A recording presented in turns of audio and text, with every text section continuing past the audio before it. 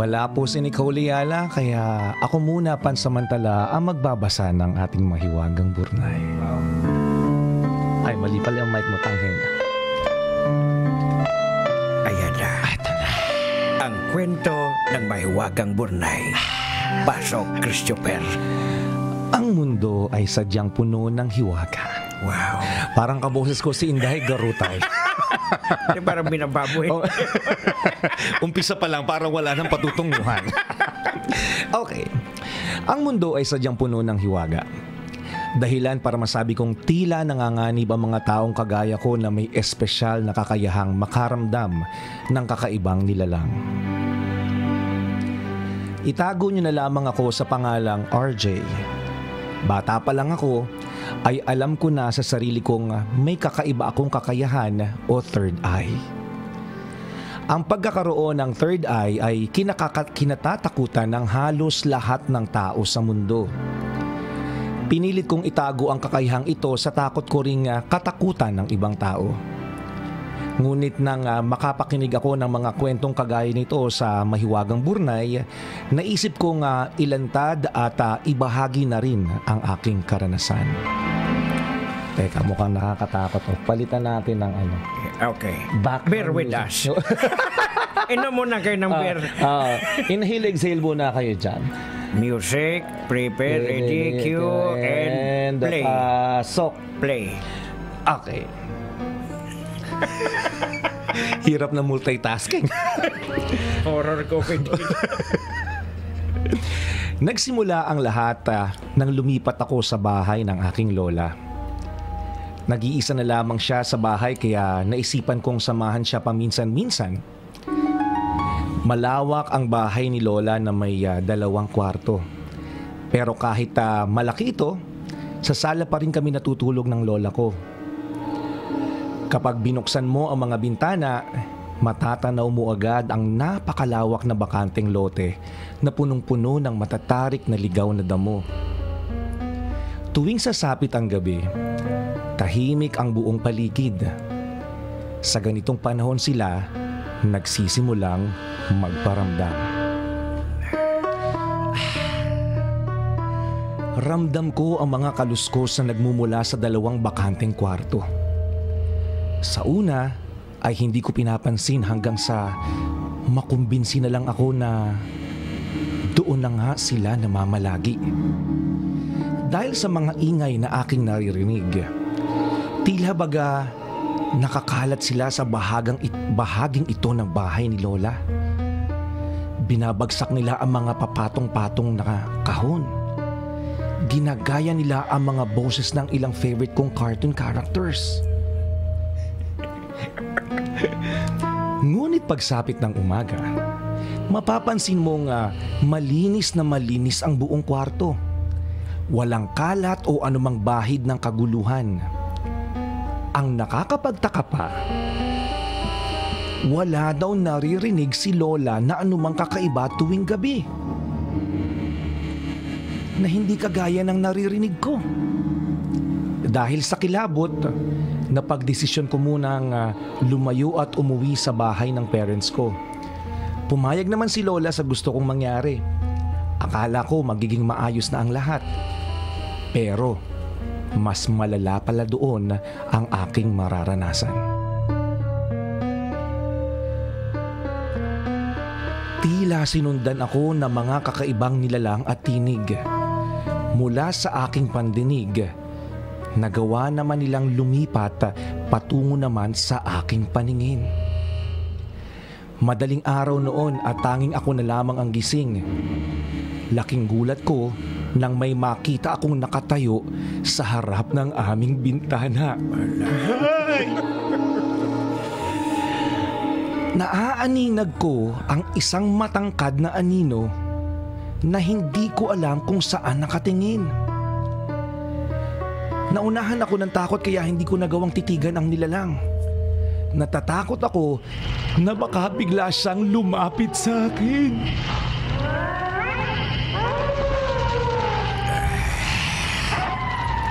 Kinaumagahan, nagising ako sa ingay ng boses ng kapatid kong nagkukwento. may nakita daw siyang anino ng isang malaking nilalang. Nakatitiyak akong may kinalaman ito sa nakita ko nung madaling araw. Makalipas ang ilang araw, dumalaw si Lola para yayain na akong muling tumira sa kanyang bahay. Wala na akong balak na bumalik pa roon. Pero napilitan din ako dahil sa pakiusap ng aking mga magulang. Sa sumunod na gabi ng pamamalagi ko sa bahay ni Lola, naging maayos naman ang lahat. Tahimik, payapa, pero pansamantala lang pala. Papatulog na ako nang may kakilakilabot na boses ang bumulong sa akin. Isang panaghoy na parabang humihingi ng tulong. Nakakatakot. Hindi, Garotay. Umalis ka sa katawang lupa ni Christopher.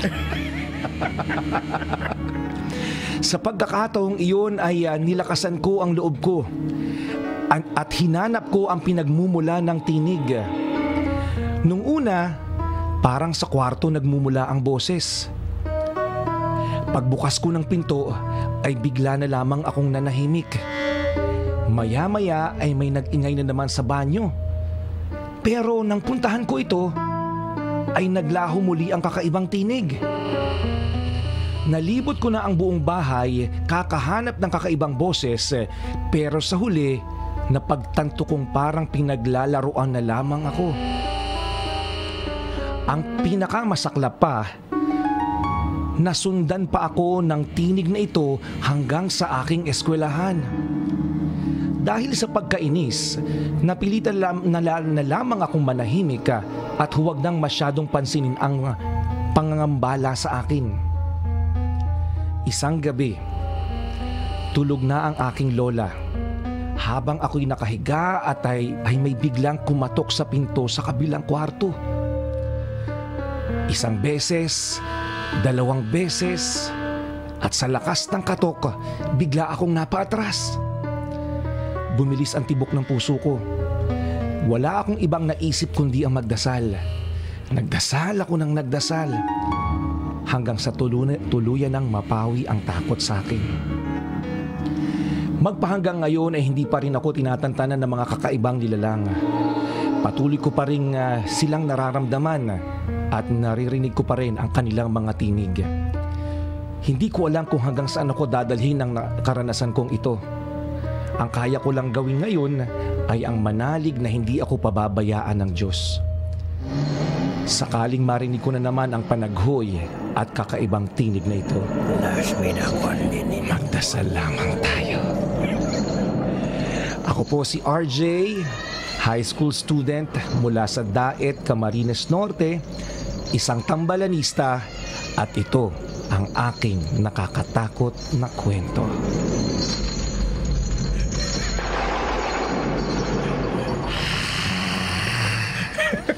Natakot ako sa baho ng hininga ko. Pasensya ka na, Jay. Nakakabaho mo lang ng hininga. Parang hindi nagkakatakot. Pasensya ka na, RJ. Parang comedy yung kinalabasan. Grabe naman ni Tay. Ayoko magkaroon ng third eye eh. Ikaw ba naka-experience ka na ng mga ganun? Parang ikaw lang yung nakakakita o nakakarinig, pero yung ibang mga kasama mo wala naman. Actually, sa edad kong ito, wala akong balak. Magkapumanaw ako bigla. Hindi, sa totoo naman may mga iba't ibang klase naman talaga ng mga ghost na nagpaparamdam. Meron tayong parang ginagaya tayo, yung tinatawag natin mga doppelganger. Tama. Ito naman yung medyo kumakalabog, yung mga mga tawag dito, poltergeist. Ito yung mga physical na nag-create ng violence. So, ito yung medyo nakakatakot. Kagaya nung na-experience ni RJ, di ba? Na parang nadidinig niya na may nagkakalabugan doon sa loob ng kwarto. Yung gamit. Karton. Pero nung binuksan niya the following day, wala naman. Ayos pa rin yung mga gamit sa loob ng kwarto. May na-experience din ako ganyan, tanghenyo dati. Natutulog kami ng tatay ko. nanay ko wala, di namin kasama that time kasi OFW yung nanay ko. So, yung tatay ko at saka ako, magkasama kami sa loob ng kwarto. Hindi kami makatulog kasi may kakaibang nasa taas kami tapos sa baba nung ang sa probinsya, di ba, ang mga sahig noon, mga ano lang, mga kahoy-kahoy lang, hindi naman bibihira yung concrete na na sahig. So pwede mong talagang makita at marinig ng maliwanag kung ano nangyayari sa silong kung tawagin. Silong kung tawagin. So sabi ko, tay, may ingay na nangyayari sa galing sa ilalim sa baba, sa nakatira sa bahay namin.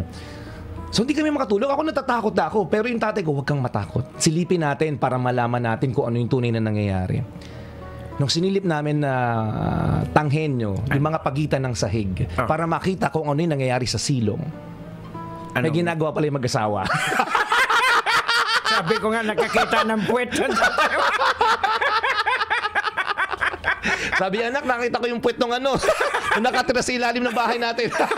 Yung aswang. Nag-aswangan sila. Siyempre, hindi ko nakita, di ba? Hindi ako hinayaan ng tatay ko na sumilip doon sa Kasi alam na ng tatay mo. Ikaw lang nagkakarinig ng natatakot. Yung tatay mo, nag-i-enjoy. Saka ko lang napagtanto nung malaki na ako. May makakaibang aswangan pala nangyayari sa ilalim ng bahay namin. Pero pinaka-importante sa lahat, gaya ng sinasabi ni RJ, yung pagdating sa ganitong mga bingit na natatakot ka na, yung pagdasal ay hindi nakakalimutan. Totoo yan. Yun yung most powerful weapon na meron tayo. Ano mang klase ng aberya, di ba? Problema, takot na nararamdaman natin, gulo sa isip, bumabagabag sa puso.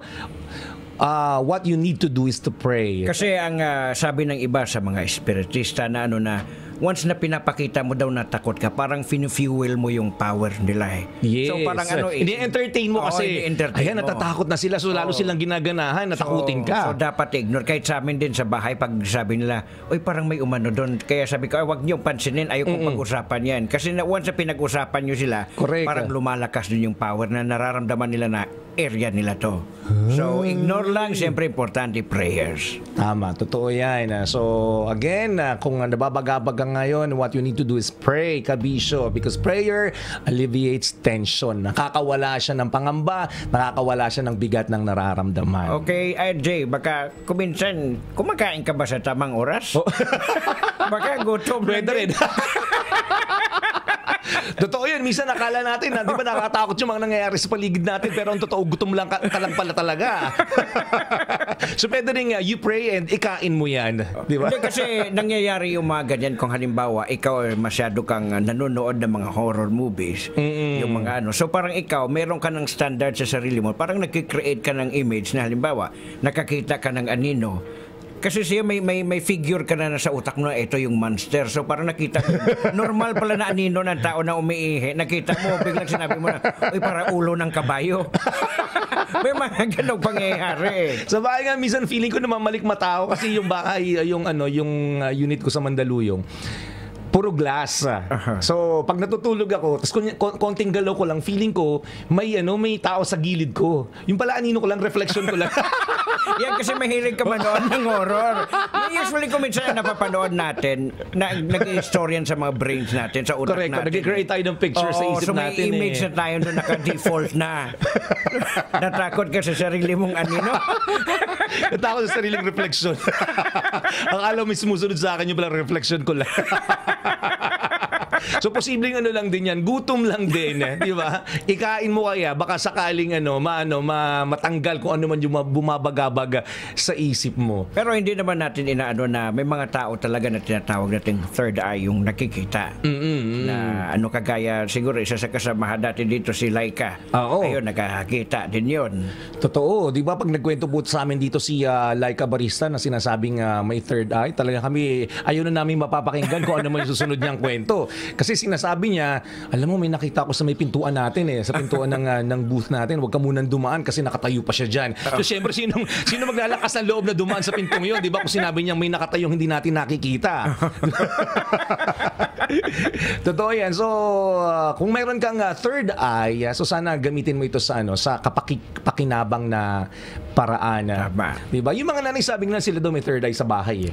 Diba? Yung mga nanay may third eye sila. Kasi yung panganay na anak, yung pangalawang anak, yung bunsong anak, hindi nakikita yung mga gusto nyo nanay lang. Ay, nako, talaga naman. So, yun lamang mga kaibigan.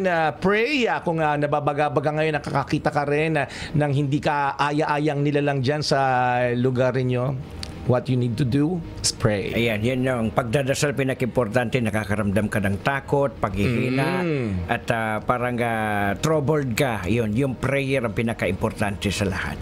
Tama. Ayan, maraming salamat sa you, RJ, for sharing your stories with us or your story with us. Kung kayo din mga kabisyo may ganyang klase ng kwento, nakakatakot, o di kaya naman ibang klase ng kwento, pwedeng nakakakilig, pwedeng nakakatuwa, pwede rin nakakaiyak, i-share nyo po sa amin. Email nyo lamang ha. Again, email, send your stories sa mahiwagangburnaystory@gmail.com. Teka, hindi ako sure. Araw-araw akong binabagit sure. Tama, mahiwagangburnaystory@gmail.com. Malay mo, yan ang kwento mo, ang ating pag-uusapan sa mga susunod na araw. Yan. Si Nicole Liala po, sumakit po kasi yung tiyan, sinumpong na naman ng ng diarrhea, kumain po kasi ng panis kagabi. Akala niya kakayanin niya ngayon, hindi naman pala. Inabutan. Yun, hanggang alas 11 tayo patuloy na magkakasama-sama dito sa Metro Manila. Ako po si Chris Chupera sa ngalan ni Nicole Liala. Makakalimutan mo na yung pangalan. May Maraming salamat sa iyo. Tangayan nyo at manatili nakatutok dito lang sa istasyong Bawalang Hate. Dapat love lang. Ang programang walang problema. Hate